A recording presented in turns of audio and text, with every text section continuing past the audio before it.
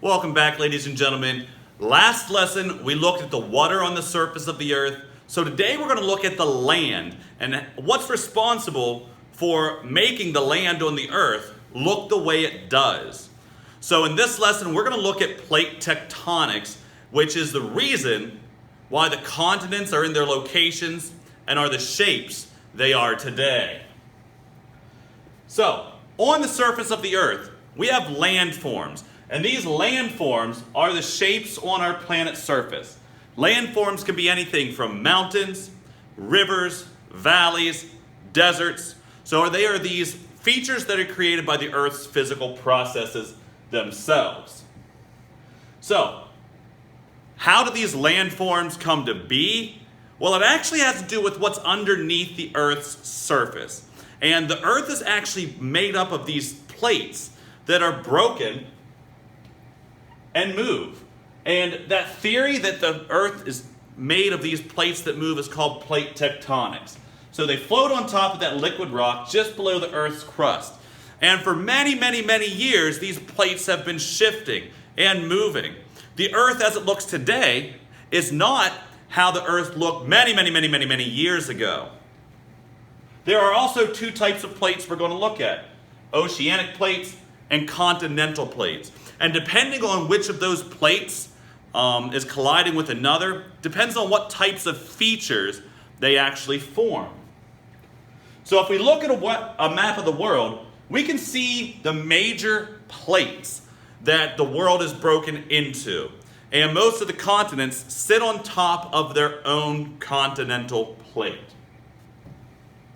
So we're looking at three ways these plates can move on the earth. So we have convergent boundaries, divergent boundaries, and transform boundaries.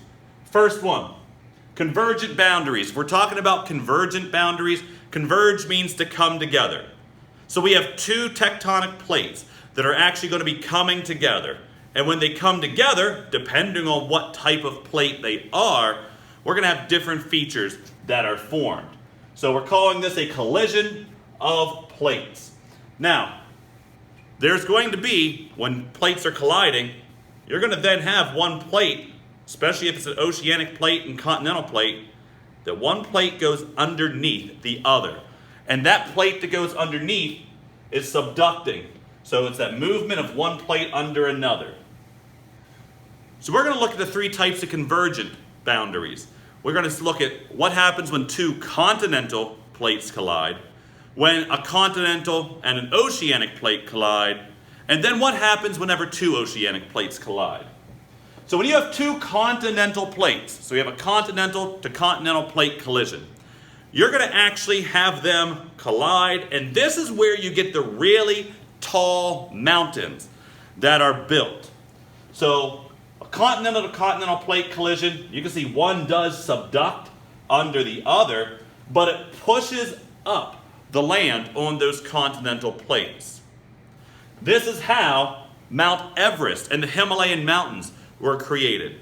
So you have the Indian plate with the Asian plate, where the Indian plate has collided with the Asian plate, and it has pushed up the land. In fact, the Indian plate is still slowly moving into the Asian plate. That's why the Himalayan mountains are still growing. Very slowly, but still growing. And so from those continental plate collisions, you're going to have very tall mountains that are able to be formed. The next type of plate movement is continental and oceanic plates colliding together. So oceanic crust is softer. It's always going to subduct under the continental plate. And when that happens, the crust is actually going to kind of melt, not really melt, but it opens up pockets of magma chambers. You're going to have coastal volcanoes being created. If you look at the western coast of the United States, we have the North American plate and the Pacific plates there. So you're having an oceanic and continental plate, but also on the west coast, if you look, we have Mount Hood, Mount Shasta, Mount Rainier, Mount St. Helens, Mount Lassen. These are all volcanic mountain peaks. So yes, the collision of plates creates mountains, But in this type, it's going to create some of those mountains as volcanic mountains. So you can see our whole western coast of the United States in the Cascade Range is filled with some large volcanic mountains. One of the largest being Mount Rainier. Mount Rainier is the largest of those volcanic mountains in the state of Washington. And then we have oceanic to oceanic plates. So when you have two oceanic plates colliding, you'd think you'd build mountains with two oceanic plates, but it's just the opposite. It's going to create a trench in the ocean. The Mariana Trench in the Pacific Ocean is an example of this. But with this, since you have subduction going on with one plate under the other, it's still going to create those volcanic chains that are out in the ocean. So if you ever wondered how all those islands get created out in the middle of oceans, it's possibly from this process.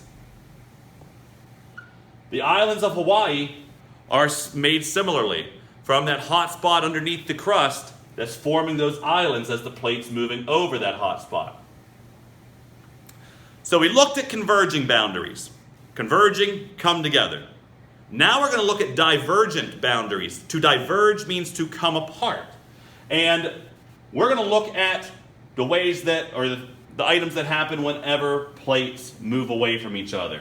You're either going to have seafloor spreading, or it's going to create a rift valley. It depends on whether it's in the oceanic boundaries or whether it's on continents.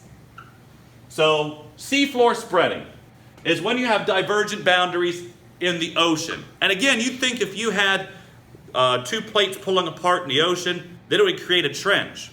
Well, you have the plates pulling apart, but what happens is you have magma coming up through that. And when the magma rises, it hardens. And so you're actually going to get a mid-ocean ridge in that plate boundary from seafloor spreading.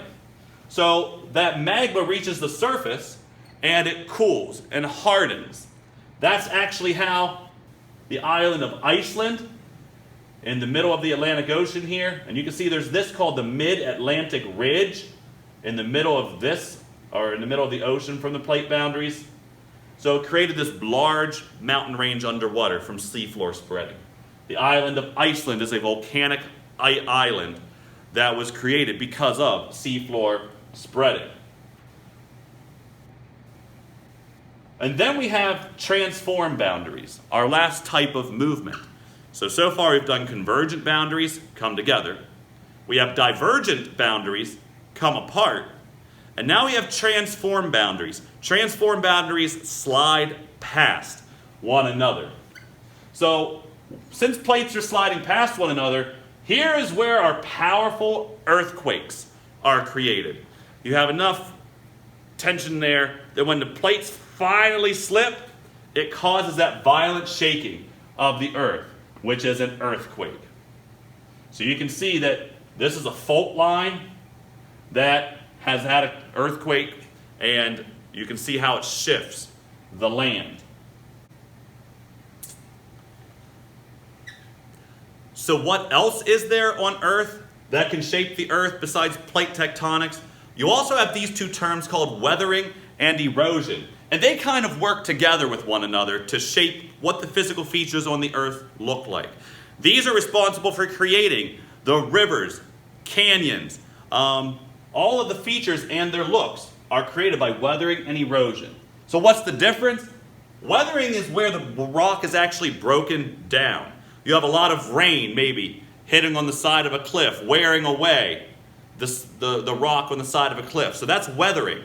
And then erosion works with it. Erosion is what actually moves that sediment away. So those two items work together. The most common thing that causes erosion is water. So water is the most common thing causing erosion that carries things away.